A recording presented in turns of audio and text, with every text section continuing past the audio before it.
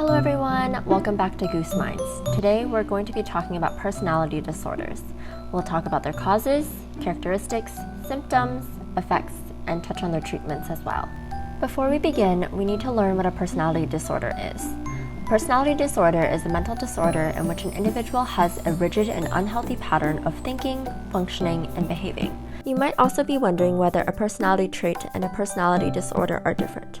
They are. The major difference between personality traits and personality disorders depends on the severity and disruption to a person's life and relationships. Personality disorders are more likely to cause rifts or disconnection, and they are also more established and less likely to change over time in comparison to personality traits. These disorders are rigid and pervasive ways of behaving, thinking, and being that are deeply ingrained in individuals. So, in summary, a personality trait is a habitual pattern of thinking, feeling, and behaving. It will probably not affect your entire life, and it is possible that it will change. A personality disorder, on the other hand, is a way of seeing that world that deviates from the norm and means that you have certain behaviors or thoughts that negatively affect almost all parts of your life, typically since early adulthood. Personality disorders can be diagnosed through a physical exam, psychiatric evaluation, and a utilization of the diagnostic criteria in the DSM-5. The DSM-5 is a diagnostic and statistical manual on mental disorders published by the American Psychiatric Association.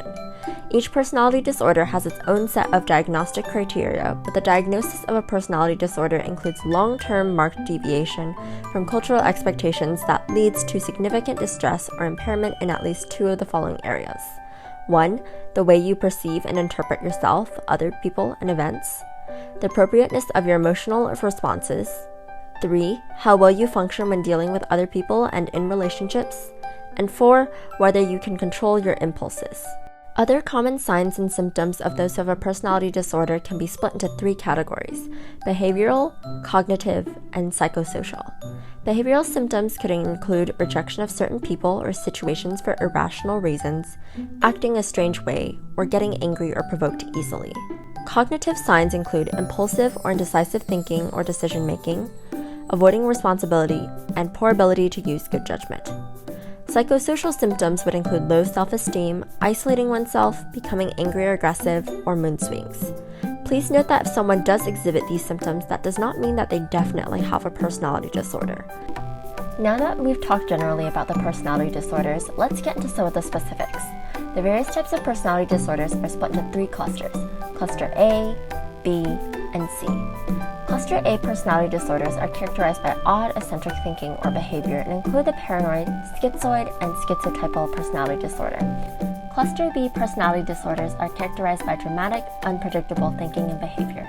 Cluster B personality disorders include the antisocial, borderline, histrionic, and narcissistic personality disorder. Cluster C personality disorders usually involve anxious or fearful symptoms. Personality disorders in Cluster C include the avoidant, dependent, and obsessive-compulsive personality disorder. So before we get into the specifics of each individual personality, I want to take some time to touch on the possible causes of personality disorders. There are no exact causes, but many psychologists agree that personality disorders are related to genetics and environmental factors. Generally, if there is someone in your bloodline that has a personality disorder, you may also be more prone to suffer from one in the future. There has also been research that shows that people with a specific personality disorder might have certain malfunctioning genes. Environmental factors also play a role.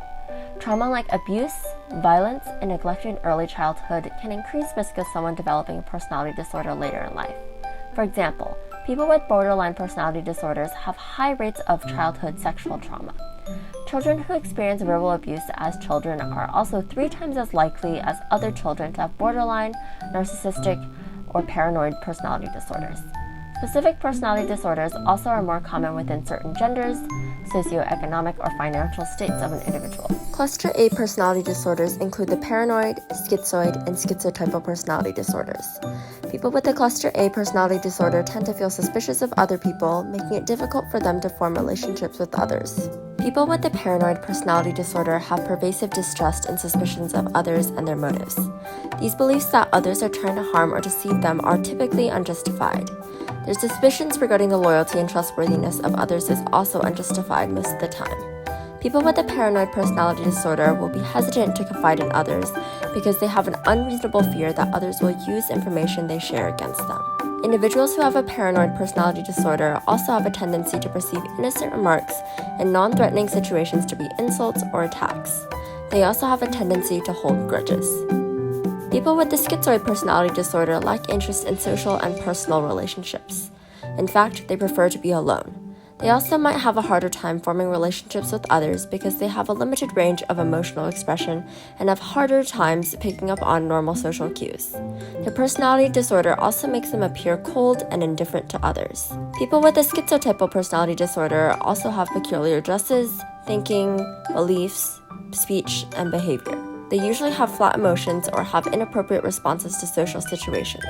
They usually react indifferently or suspect others. People with a schizotypal personality disorder experience social anxiety and feel discomfort with close relationships. Cluster B personality disorders include the antisocial, borderline, histrionic, and narcissistic personality disorder. People with a cluster B personality disorder are generally dramatic and have unpredictable thinking and behavior. They have a hard time managing their emotions and behavior. If someone has the antisocial personality disorder, they have a tendency to disregard others' needs and feelings. They will persistently lie and even use aliases to con others. They most likely will violate the rights of others repeatedly and exhibit aggressive and violent behavior. These actions are not difficult for them to execute because they have a disregard for the safety and not just others but also of themselves. They also lack remorse for their behavior. People with antisocial disorders also tend to have impulsive behavior and are consistently irresponsible. People with a borderline personality disorder also belong to the cluster B personality disorders category. People with borderline personality disorders are usually impulsive and complete risky behavior. Their self-image is fragile and the relationships are usually unstable and intense. They will exhibit highs and lows in their moods. When they are on a downward swing, they could have suicidal behaviors. Compared to others, they also have intense fears of being alone or abandoned. They also tend to have ongoing feelings of emptiness and frequent intense displays of anger.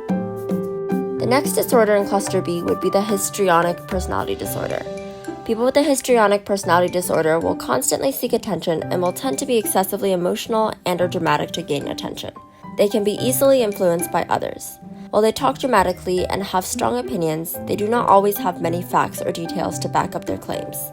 These people can be shallow and their emotions rapidly change. They may also perceive that their relationships with others to be closer than they actually are. The last personality disorder in cluster B would be the narcissistic personality disorder. A person with a narcissistic personality disorder holds a belief that they are more important than others. They have fantasies about power, success, attractiveness, and tend to fail to recognize the needs and feelings of others. They like to exaggerate their achievements and talents and also expect constant praise and admiration. People with a narcissistic personality disorder also tend to take advantage of others and set unreasonable expectations of favors and advantages. They also either envy others or believe that others envy them. Cluster C personality disorders include the avoidant, dependent, and obsessive-compulsive personality disorder. Cluster C personality disorders are characterized by anxiousness or fearfulness. The first personality disorder in cluster C is the avoidant personality disorder. People with avoidant personality disorders are very sensitive to criticism and rejection, especially because they often feel inadequate, inferior, and unattractive. Generally, they are socially inhibited and isolated, trying to avoid new activities or meeting strangers. They are extremely shy in social situations and with their personal relationships. They also tend to have great fears about disapproval, embarrassment, or ridicule. The dependent personality disorder is another personality disorder in cluster C.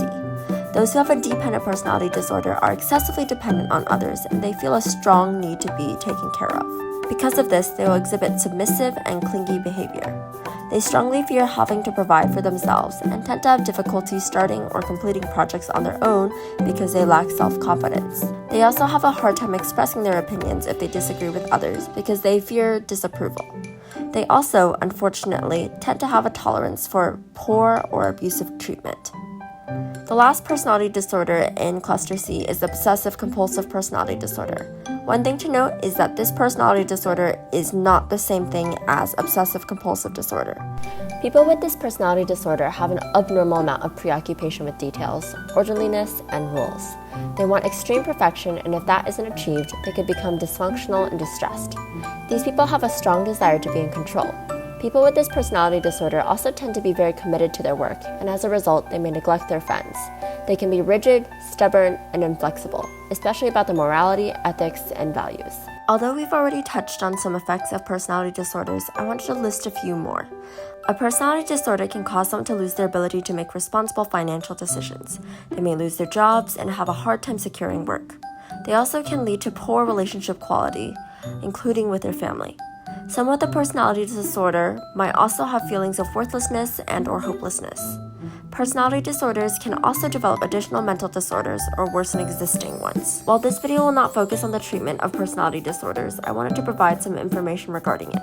There isn't necessarily a cure, but some treatments include psychotherapy and medications. And that's it for learning about personality disorders for today.